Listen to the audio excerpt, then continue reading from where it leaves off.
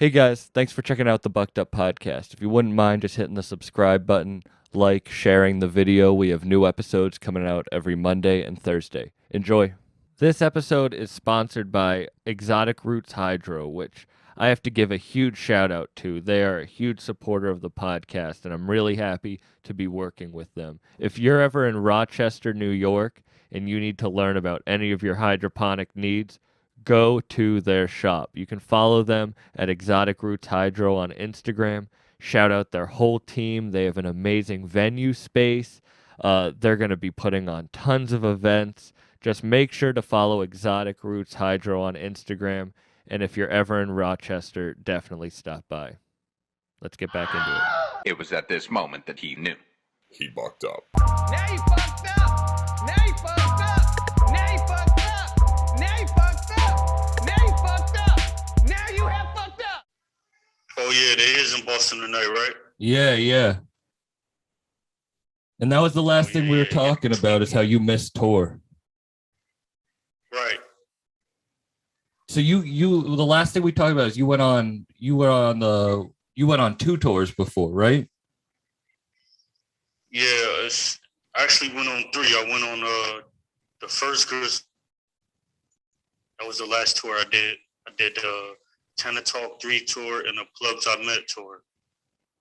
Do you miss being up on stage? Yeah, hell yeah, man.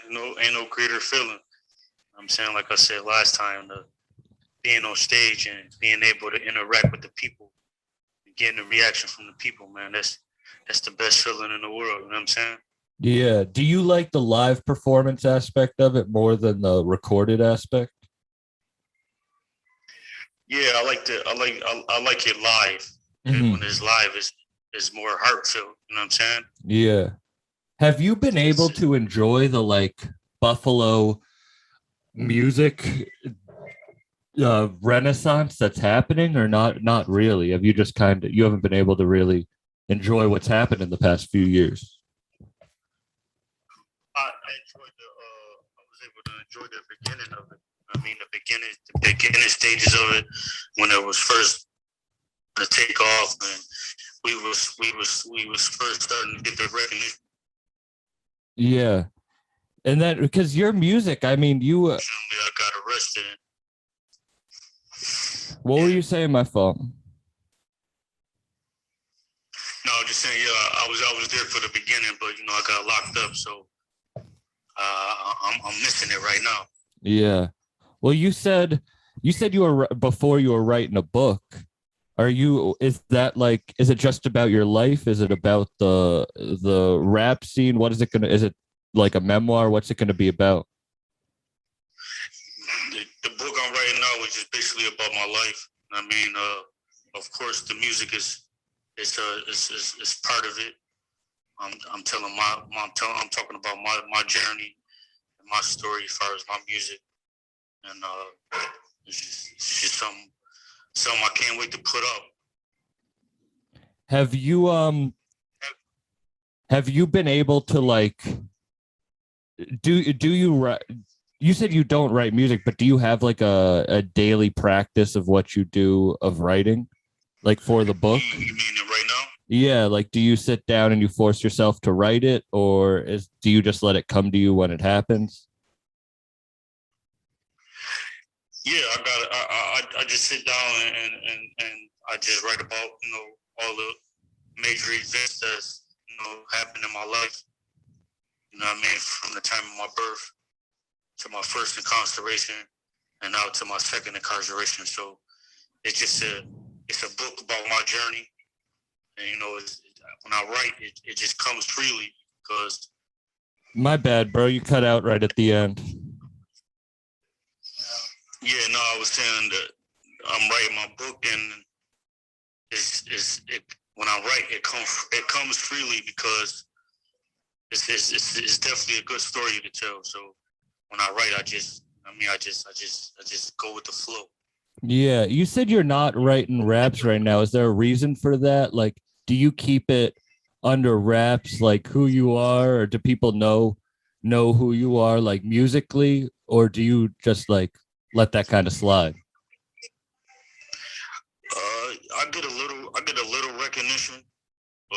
much. I get a little recognition, but on the music side of things, my spirit is, it's kind of down, being in here. So I don't really have the spirits to sit down and write a song or anything like that right now. I'm just really focusing on my book. So that's pretty much it. Is that is it painful for you? Is it painful for you to sit down and write raps right now? Nah, it's not painful. It's just I'm pretty much just focusing on my case and and just telling my story to the world, man. Yeah. And just hopefully I get a good outcome and I will be able to return back to the music.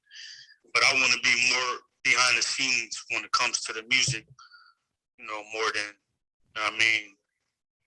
in the forefront, you know what I mean? Yeah, so what is your vision for the future?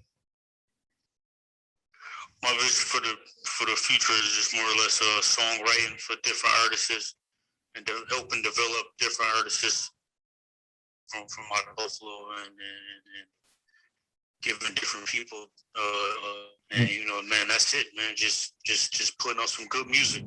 What did you know that Buffalo, what was the Buffalo scene like when you were younger, when everything was starting to happen, you guys were growing up? The Buffalo scene musically, we always had, our local artists that was always rapping. And when I was growing up, it wasn't many, in Buffalo, it's a lot of hatred, man. It's not really, we never really supported each other like how we do right now. You know what I'm saying? Before Benny and them was Black Sopranos, they was Buff City Records. Buff City Records, they didn't really get the recognition like how they get it now. You know what I'm saying? Yeah. What do you think changed in the city, from, you said, the hatred to the support? Or do you feel like there's still hatred in the city?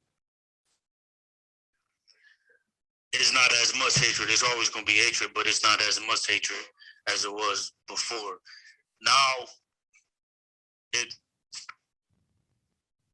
I think once people seen the seriousness of it, once they start to see, those guys, really come with the record deals and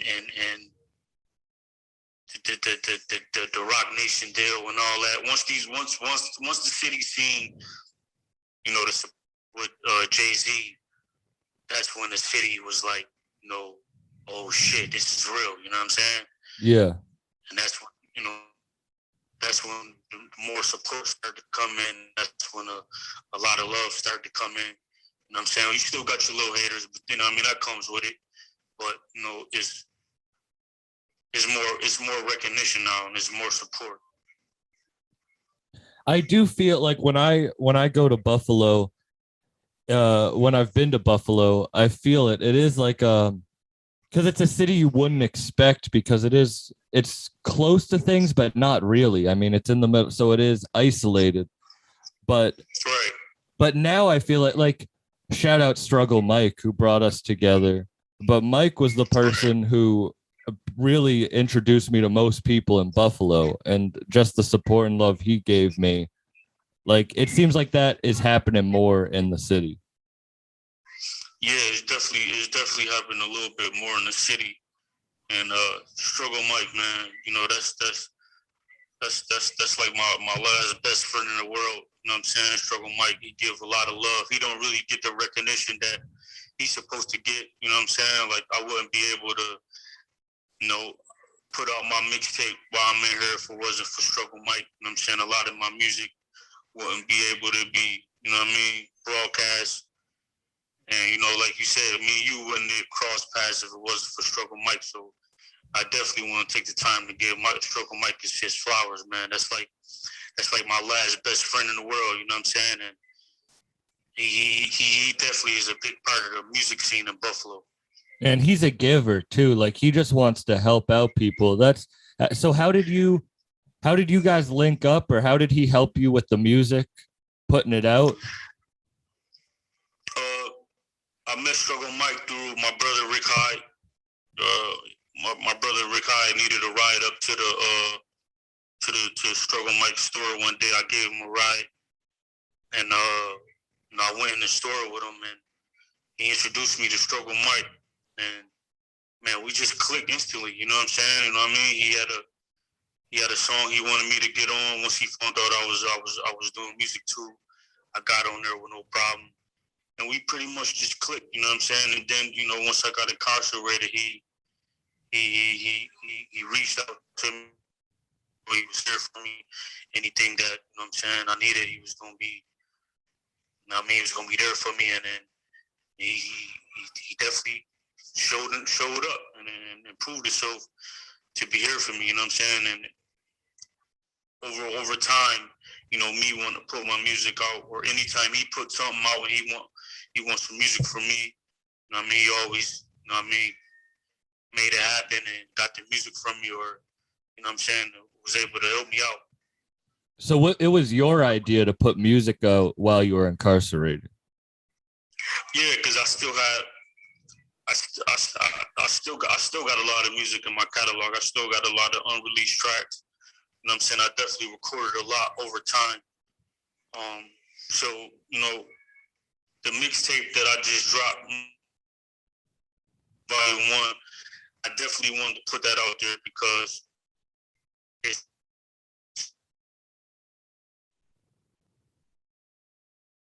so I just, once my case got settled, me and my uncle and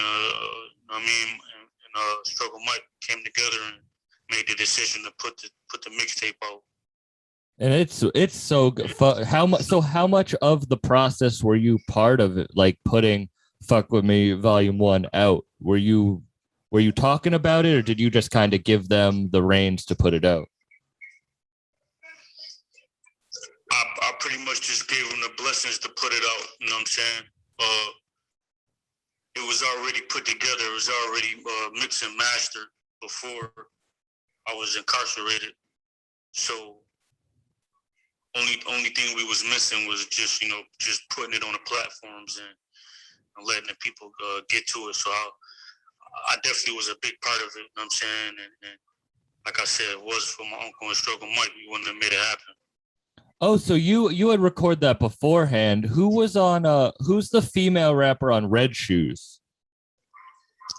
That's my first artist off of 153rd Entertainment. Her name is Ayana Amore. She's amazing. She's dope. I definitely have to check out more of her stuff. Yeah, I was just saying she is dope. I'm gonna have to check out her music. Yeah, that's my first artist, Ayana Amore. We definitely in the process right now of put her a little EP together to put out to the people so she can get her voice heard. And you said that's from your label. Yeah, she's on 153rd Entertainment. So when did you get that label started up? We started it back in 2018. Me and my uncle. I know within I think like last year sometime he was able to get it registered. So right now we just we looking for artists to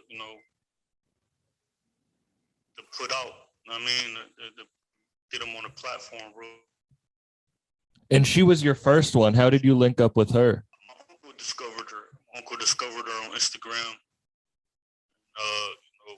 We have some family ties connected to each other, so we was able to get her in the studio. And once I put her on Red Shoes, and I heard her delivery, I fell in love with her instantly.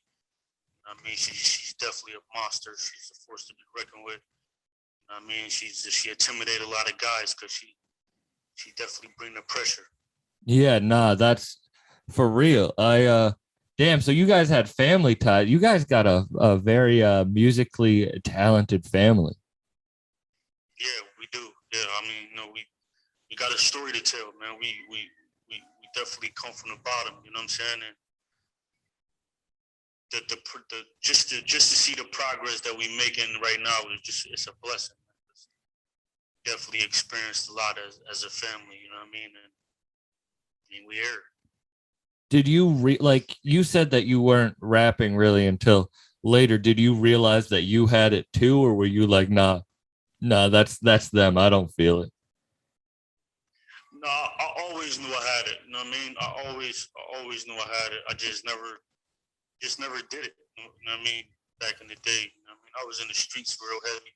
Mm-hmm. You know what I mean? And adapting to my environment and being part of the shit that I wasn't supposed to be. You know what I'm saying? And I always knew I had it musically. I just never sat down and took the time out to do it until I got incarcerated. And yeah, once I started to do it while I was in jail, that's when I fell in love with it.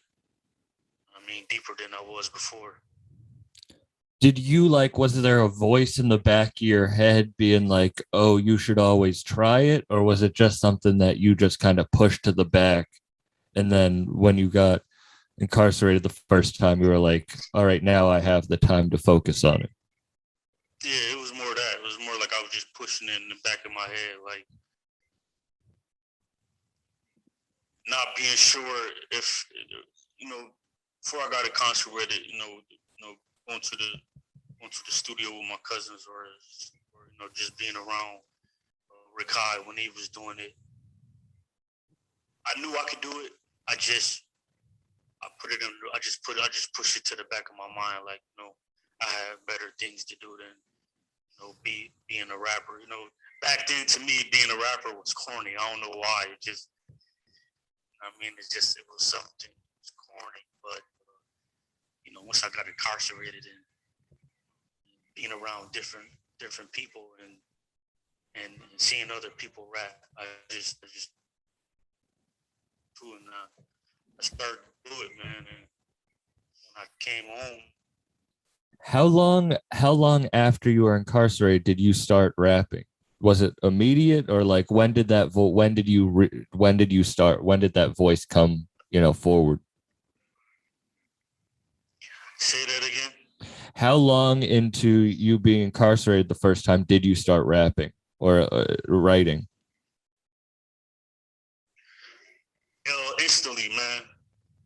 Instantly, because when you go when they lock you in your cell, man, it's just you.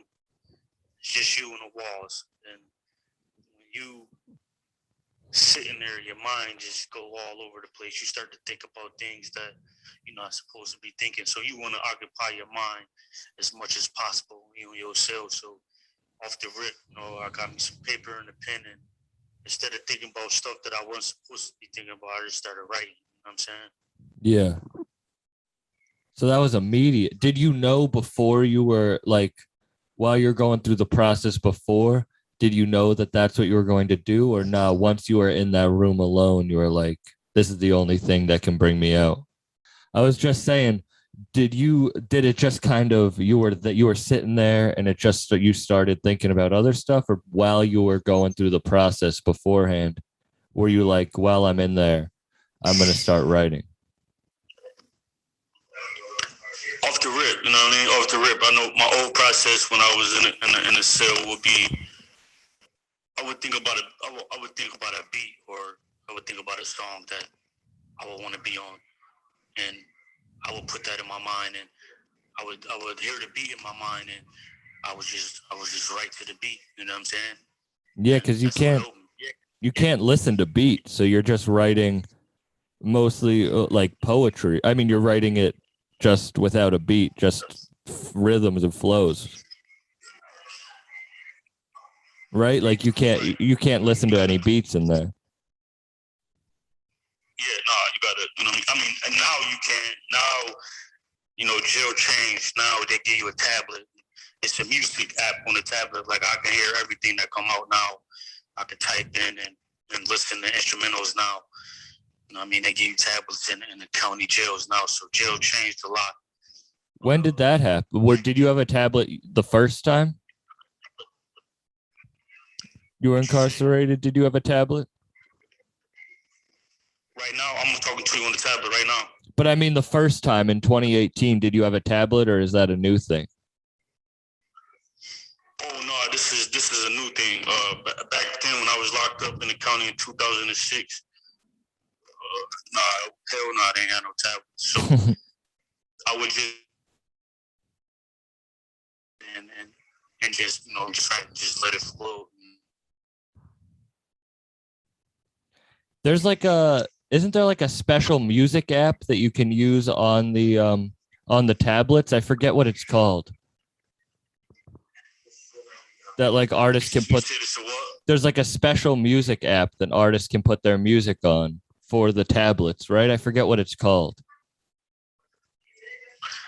Oh yeah, I think that's for like the other facilities. This facility where I'm at.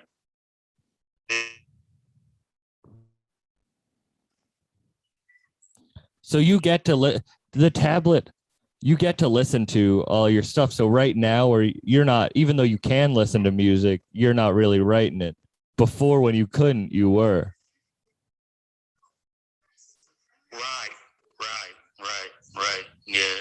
It's like my spirit is just not there musically right now. You know what I mean? Eventually I'll get back to it. No, I feel you. What do you do to keep your spirits up? I mean, salute, but I know that is tough, bro. Yeah, hell yeah. I mean, you know what, man? Like I told you before, I read the Bible, I pray. You know what I'm saying? I do listen to music. I listen to everybody. Every time somebody puts something out, I listen to it. You know, that keep my spirits up. You know, I talk to a few of my family members on the phone. You know, that keep me going. And man, that's about it. Yeah. What have you been listening to? What's been keeping you going right now? Right now I'm listening to the Place 2 a lot. Rick Hyde. Plates 2 is so good. Yeah, man. Yeah, 2, man. I'm definitely listening to that. Listening to the what else? I like that Young Thug. Oh, that new album, Punk? Just dropped Punk. Yeah, that was really good. I was surprised at how good that was. Yeah, it sounds like he's more on the Buffalo sound a little bit, don't it? I agree. I totally agree. It would be crazy to hear him have a track with someone like Wes or someone. That would be wild. Yeah, like he slowed it up a little bit, man. I definitely liked it. It definitely threw me for a loop. Like, oh shit. You know what I mean? You could hear the bars, and he's spitting real clear on that joint. I like that one. I'm surprised you liked Thug. Were you listening to him before, or did you just check this one out? No, I always been a Young Thug fan, Rich Homie fan. Always love those guys' music, man. I feel like that comes through in your music, that you like everything. Like Conway. The new Conway, yeah. La Machina. I've been bumping that nonstop this past couple weeks. How that connection? All right, say that again. I was just saying, I feel like it comes through musically that you like a bunch of different styles. Like you don't just stick to it. Like you have a bunch of different flows, even though you stick musically to the same sound, but you have a bunch of different styles that I feel like comes through. Yeah, I listen to all different types of music, man. I like earlier, I just was listening to that new Adele song. You know, I love that song. Oh, I haven't even listened to that. That's surprise. I haven't even listened to the new Adele song. Yeah, you know, I love different types of music. You know what I'm saying? You know, shit. I listen to the Chainsmokers sometimes. Damn. I listen to Adam Levine. Sometimes. I listen to all different types of music. I always been a musical person my whole life. You know what I'm saying? I never just was a straight hip hop. You know what I'm saying? Because different people come from different places, and everybody got a story to tell. So I always was, interested in different sounds and different genres of music. You know what I'm saying? Yeah. Do you play any instruments? No, I don't. Yeah, I said I got about 10, 15 unreleased tracks. Do you know when you're going to drop those? Or I know you just dropped a project, but do you have a plan?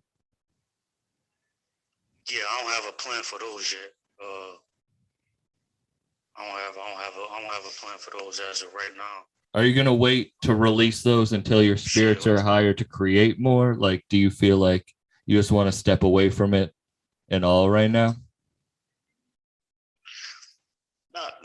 I mean, just momentarily. Like if somebody was to hit me up right now and say, "Yo, I need a song. I need you to write me a song." I mean, for this, that, and the third, or whatever. I mean, I can definitely sit down and do it. You know what I'm saying? Without a problem. But just right now, like what I'm focusing on right now is just focusing on trying to see how much time I'm about to do and writing this book. I mean, that's all. Is that tough not knowing? Like not knowing what your future holds? Yeah, hell yeah. You know what I mean? It kind of fucks with you mentally, man. But that's what the system is designed to do. It's designed to try to break us people down, man. So I'm definitely just focused on keeping my spirits up. Eventually, I'll find out what's going on in the next few months. I mean, I'm just gonna go from there. Do you have people there that you can like? Do you have people that you can talk to, like a support system, or do you feel like you're just kind of like in there alone right now? I mean, yeah, I have a little support system going on for myself. I mean, I definitely have my wife and my children. Definitely have my uncle. I'm saying, of course, Rick Hyde. I mean, a host of other people that's in my corner right now. You know what I'm saying, and everybody doing their best to hold the fort down and making sure I'm all right while I'm in here. You know what I'm saying? Yeah. Well, that is great that like your uncle can keep the label going and try to figure stuff out so that you, when you do you get back out, hopefully soon, you'll have something to come back to. Yeah, of course, yeah. That's a fact. You know what I'm saying, I'm definitely gonna have some things in my favor by the time I get out of here. You know what I'm saying? Yeah. When did was it your uncle's idea to start the label or was it yours? It was mine. My uncle just, I think he supported me the whole time. Whatever ideas I had, he always just supported it. You know what I mean? That's beautiful, man. Yeah. You need people like that in your life. Yeah, no, that's a fact. You know what I'm saying? My uncle, man, you know what I mean? He definitely stepped up to the plate, man, and definitely been here for me, man. He's more than my uncle, man. He like my dad, you know what I'm saying? Like my brother. Yeah. Everything, you know what I'm saying? So definitely salute my uncle. How many more artists do you have on the label? Right now, just one. Just Ayana. Yeah, just Ayana Amor. Yeah, I'm gonna have to check out more of her music for real. Yeah, she's dope. You know what I'm saying? And hopefully within these next few months we can put her out, man, and sometime after the new year, man, let the people hear it. You know what I'm saying? Yeah. Man, thank you for your time. For real. Thank you for doing this. I'm sorry it can't be better quality, but once it all works out, you and I are gonna sit down face to face and do one. For real. No matter when. Yeah, no, that's it. That's a fact, dog. I definitely appreciate you, man. I just wanted to say, do you have anything like last things you want to say for anyone listening before we wrap this up? Oh no, just man, my only thing I gotta say, man, is shout out to my boy Struggle Mike.